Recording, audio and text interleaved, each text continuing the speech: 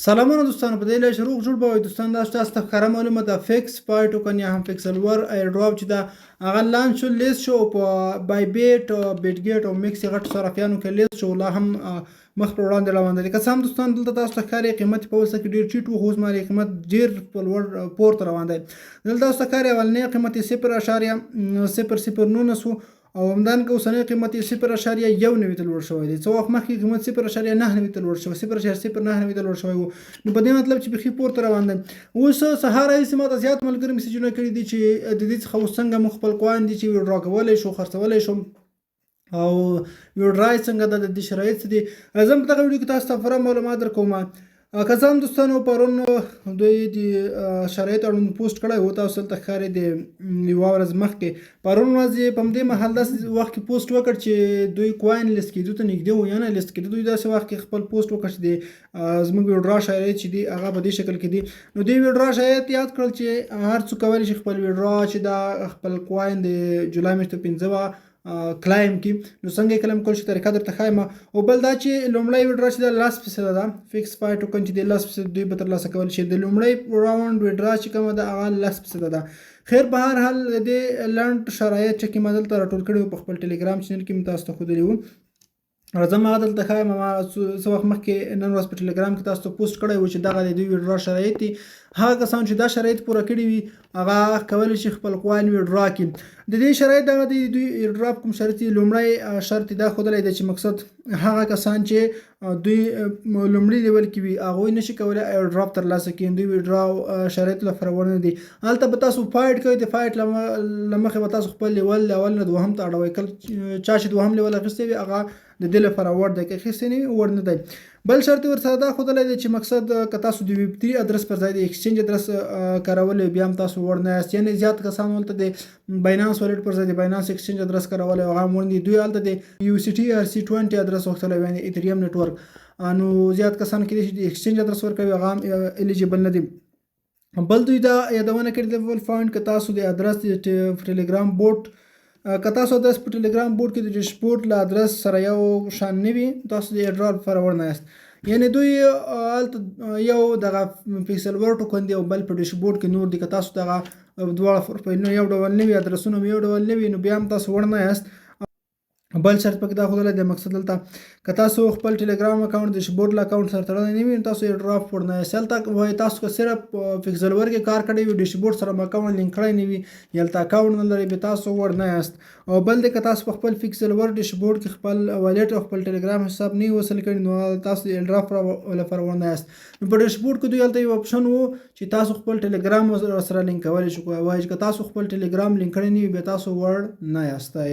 نو دا هغه شرایط و چې ما تاسو ته وښودل.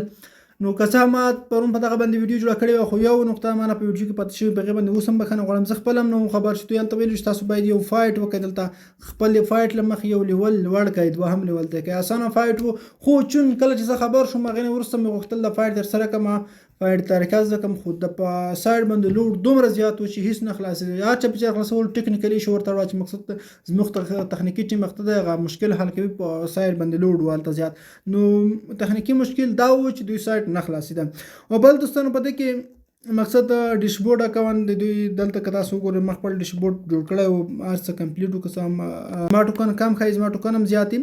نو دا ډیشبورډ اکاونټ و، زما نور څه پوره و، خو دلته بعضې ټسکونه چې و په دغه ځای کې زما ځینې ټسکونه پاتې وو، ځکه چې هغه ټسکونه چې ما په خیره کې کمپلیټ کړل 48 ساعته وخت یې غوښتلی و، 48 ساعته دغه د لږ وروسته پوره کېږي نن ورځ.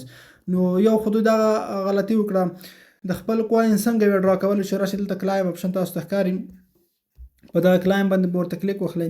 نو دلته تاسو ته وایي چې یور NFT اویچر وایي دا تاسو 6 ورځې او 8 ساعته وروسته کلایم کولی شئ. 6 ورځې 0 او 8 دقیقې وروسته، 6 ورځې یعنې نن د جولای 19 ده، د جولای 15 نیټه تاسو خپل کوین دغه ځای نه کلایم کولی شئ.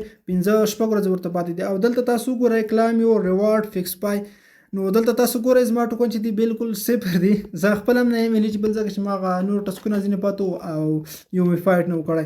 نو دې په اساس باندې پاتې دي. که هر څوک الیجیبل وي دغه کوینونه به دلته دوی ته ورکړي وي، یعنې دلته کوین ولري، فیکس پای کوین ولري، دلته دوی کولی شي 1.4 ساعته او 8 دقیقې وروسته دوی خپل کوین چې دی ویډرا کولی شي.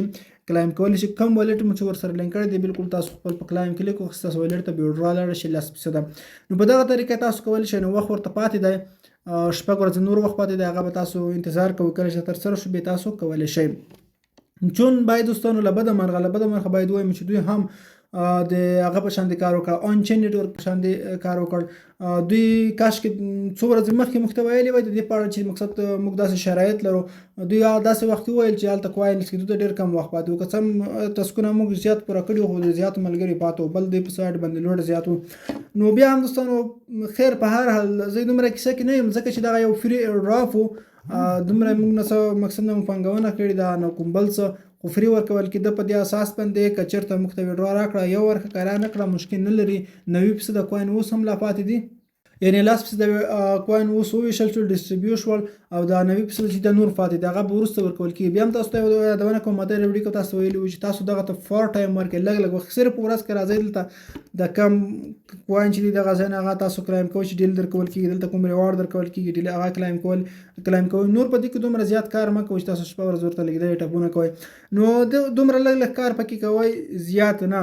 نو راتلونکي معلومات چې دي په اړه دوهم راوند ویډرا کله شروع کېږي، دوهم مقصد کلایم به کله وي، هغې په اړه به انشاءالله وروسته تاسو ته معلومات درکوم. خو اوسنی ایرډراپ چې هم دومره و، کیدای شي دوهم د دې نه ډېر وځنډېږي ځکه لومړی دوی ژر لانچ کوي. نو موږ تاسو به راتلونکي ایرډراپونو ته په تمه ولکه همستر شو، بلام شو، داسې ټیپ سواپ دی، ډاکس دی، په هغې کې چې څومره میشنې دي څومره ریکوایرمنټ دي هغه باید موږ مخکې پوره کړو، مخکې له دې چې بیا د ستونزو سره مخامخ کېږو هغه باید موږ تاسې پوره کړي مخکې. کیدای شي دوی بیا هم داسې وخت کې اعلان وکړي چې موږ تاسو هغه لپاره آماده تیار نه وو. نو تاسو موږ ته کمنټ پرېږدئ چې آیا تاسو ایلیجیبل یاست یا نه، تاسو څومره کوین لرئ. نو دا زموږ نننۍ ویډیو که ویډیو مو شوي لایک کړئ، مخکې نور شیر کړئ. مننه ښه وختونه ښه شپې ولرئ.